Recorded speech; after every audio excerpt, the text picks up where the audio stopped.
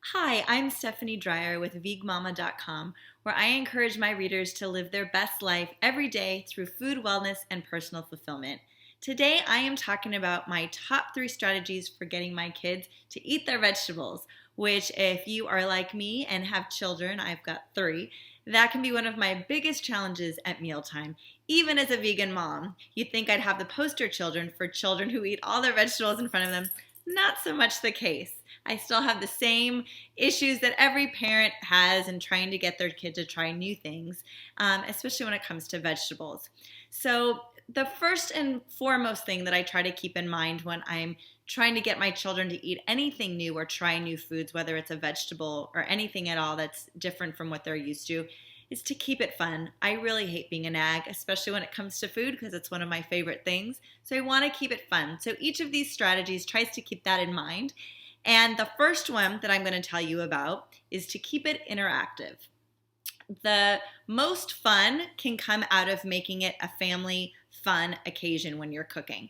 So get the kids involved with the meal in an interactive way. So meals that lend themselves really easily to this are things like tacos, build your own tacos, make your own pita pockets, sushi rolls.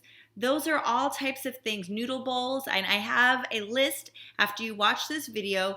Go back to the blog and you will see a recap of each of these strategies, and you will see a list of recipes that come in sync with what I'm talking about right now, that follow up on what I'm talking about.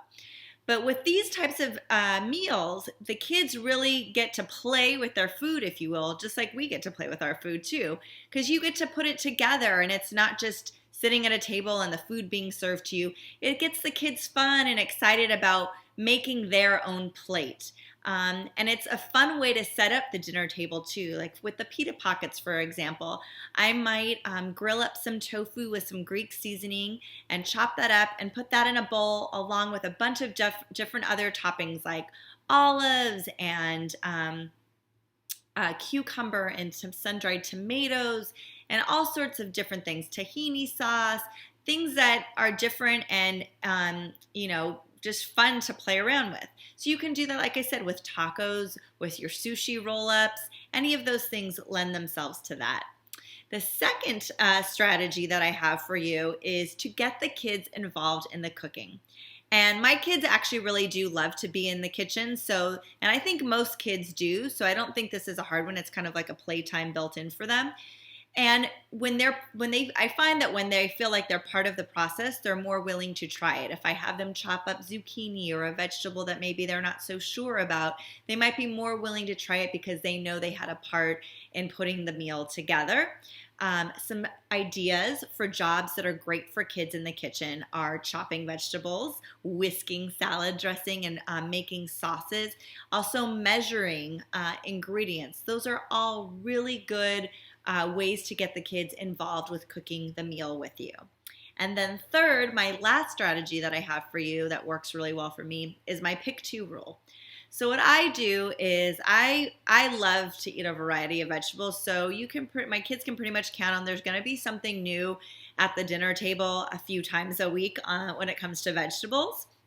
And what I like to do is I tell them, pick 2. You have to pick one vegetable that's new to try, and then you can pick another vegetable that we know you like. For example, carrots and cucumbers tend to be my go-tos for my kids. They just love that.